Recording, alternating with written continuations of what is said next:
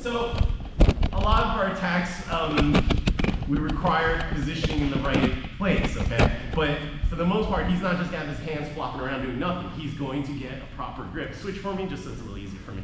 So he's gonna get proper grips here. I'm not gonna be able to manipulate, get around to the position I want, okay? So we're gonna use a traditional break. You guys have probably seen this many times when we go for the attacks. I want a cross grip on the sleeve. I want to come under his wrist, grab my own wrist, create a lot of pressure right here, right? And then from here, I'm gonna break upwards and then push up like that, get him in this place. Normally from this position, I would cross him and go for the back take.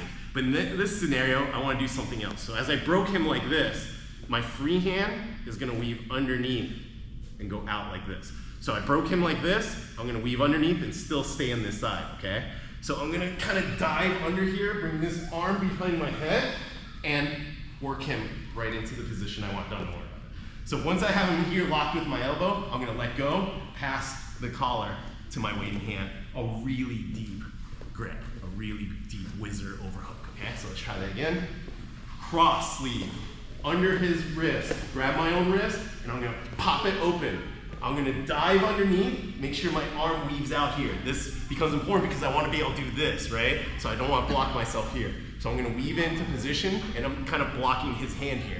As I go around, my hand goes behind my head to really lock him. I slide through all the way to my armpit, lock him with my elbow. He's not gonna get away very easy right now, so I'm gonna let go, grab, collar grip right here, okay? From this position, I don't want you to go too deep. I don't want you to lock it too much. I want you to leave a little bit of lapel space around, okay? This gives you just a little bit to work with to get 4 fingers into his collar here.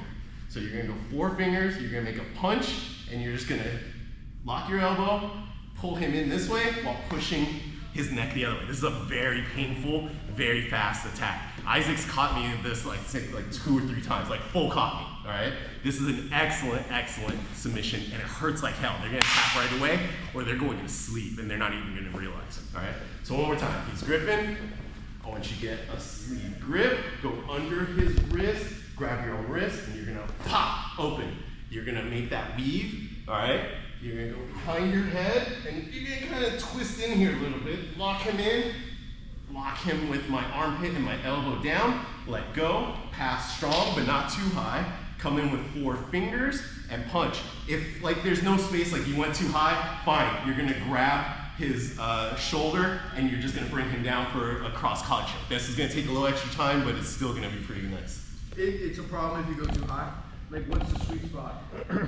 You'll try it out, you'll see it. You need a little bit of space here to just get your fingers in. Like right under the collarbone. Okay. Like the way you would do like a lapel choke. You know, it gives that space. I do here, I can't, oh, this I still have space, but sometimes, you know, yeah. Then just grab here, bring him down, and squeeze him out for a little bit. Squeeze it, bring him down. All right, but do the 4 fingers.